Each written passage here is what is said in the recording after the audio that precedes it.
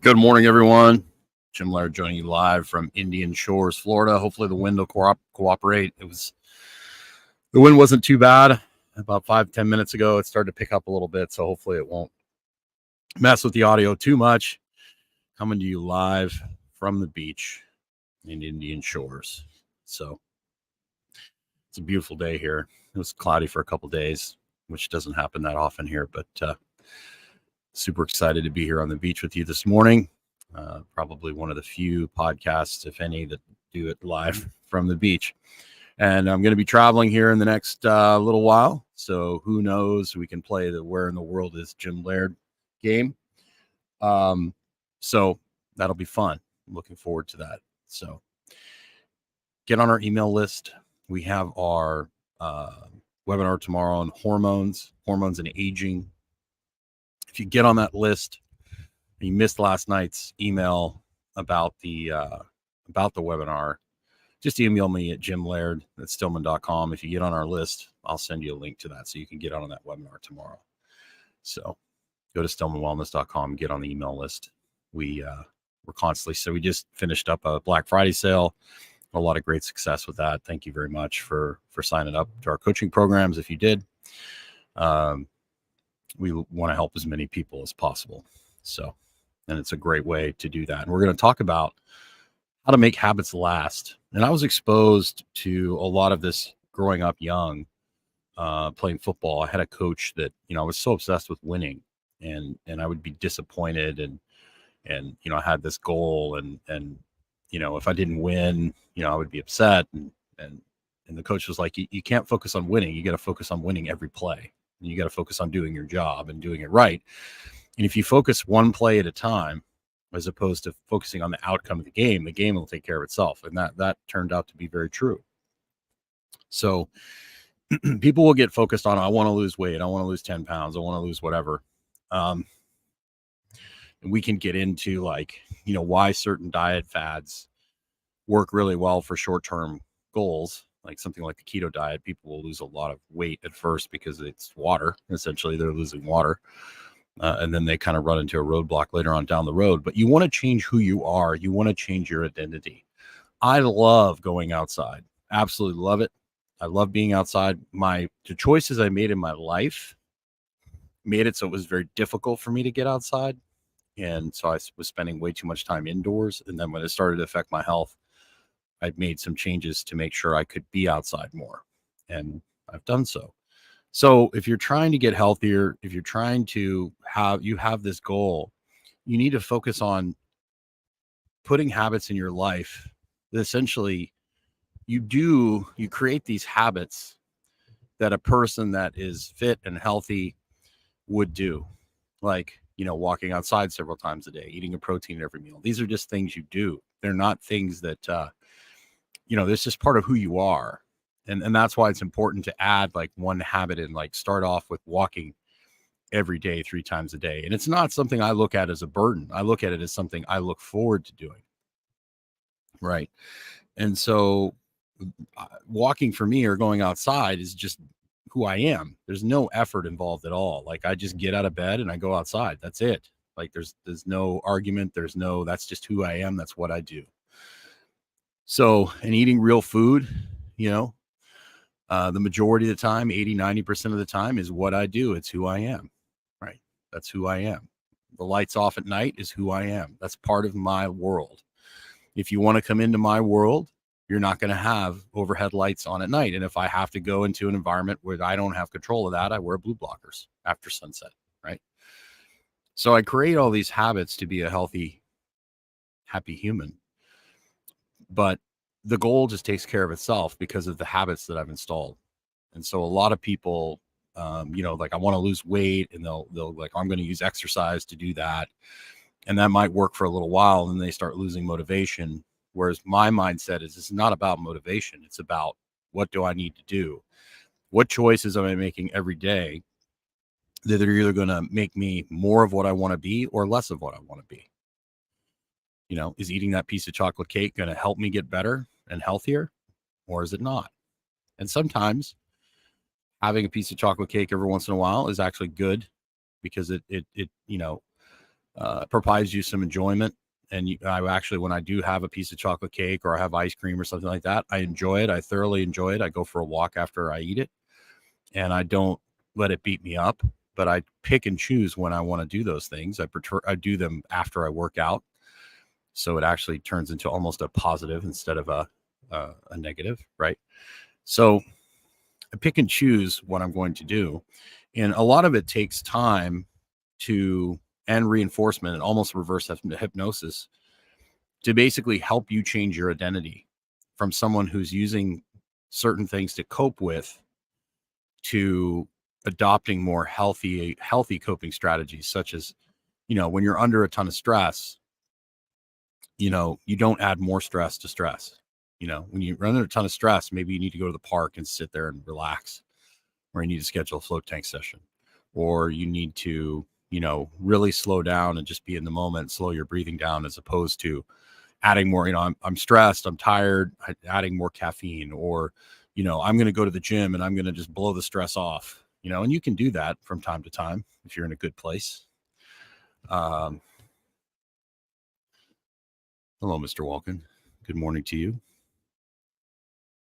Pompano Beach. That's a great place. Wonderful. So one of my former clients and good friends. So that's a big part of this, is changing the identity of who you are as a person, and developing things in your life and that are just part of your life. That's just what I do. I go outside regardless. When I got in my car wreck a year or two ago, when I couldn't walk, I still went out. I crawled out to my patio and I sat in the sun. That's just who I am. That's what I do. No effort required. So, yeah, 28 degrees in Lexington. Yeah, it is, Dan. That's one of the reasons. It's not necessarily the 28 degrees that bother me. The thing that bothered me about Lexington, because I grew up in northern Canada, and I prefer, I prefer bright.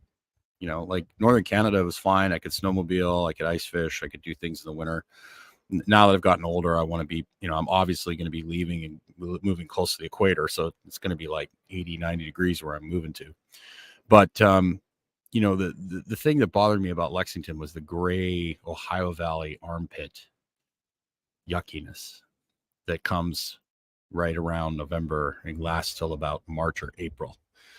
And I just couldn't take it anymore. And neither could my dog. So, yeah, it's living in a northern latitude, it has its advantages and disadvantages, but the wintertime for me was just something that I didn't want to deal with anymore. So luckily I have the flexibility to live wherever I want. I don't have a lot of attachments, or I have a lot of, I had to leave a lot of great friends and people in Lexington, but I'm called to build a gym on the beach in Nicaragua. So that's where I'm headed.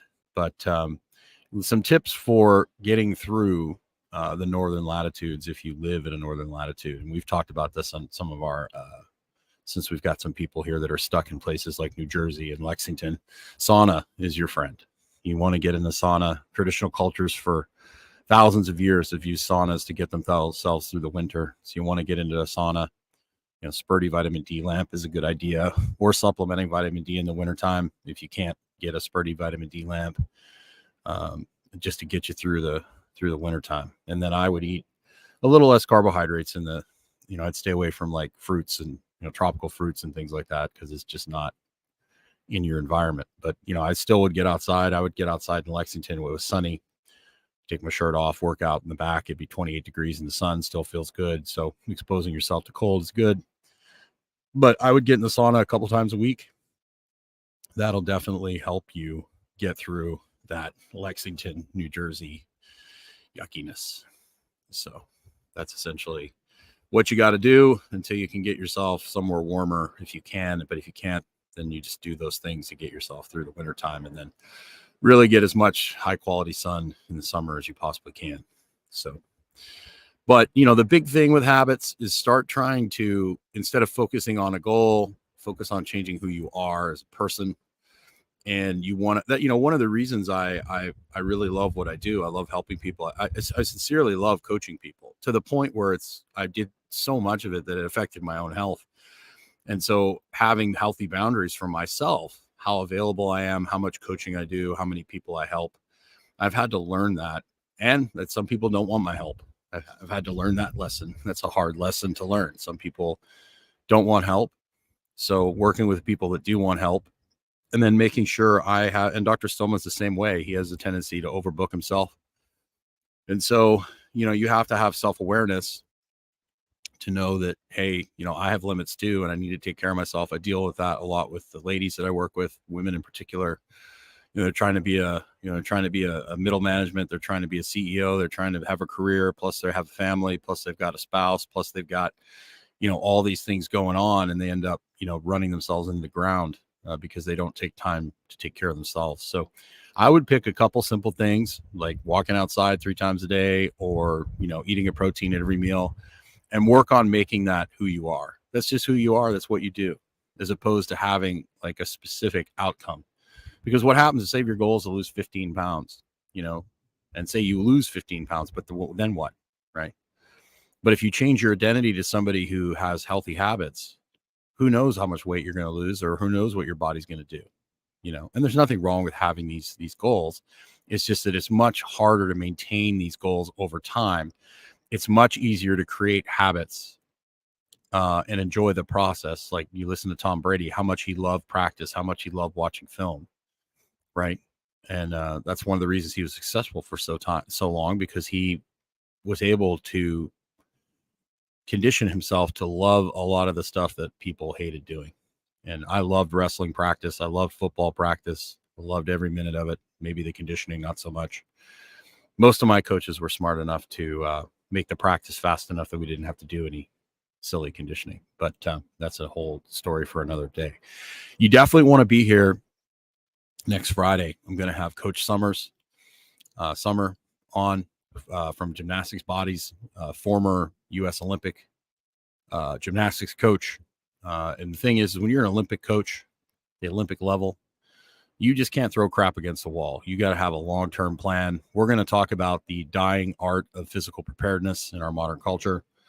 And it's going to be a fascinating interview. He's been on Tim Ferriss. He's been on all sorts of different places, and I've known him for quite a while. I respect him. I love gymnastics if done at the appropriate level for people, because it basically makes you move through full ranges of motion in both flexion and extension.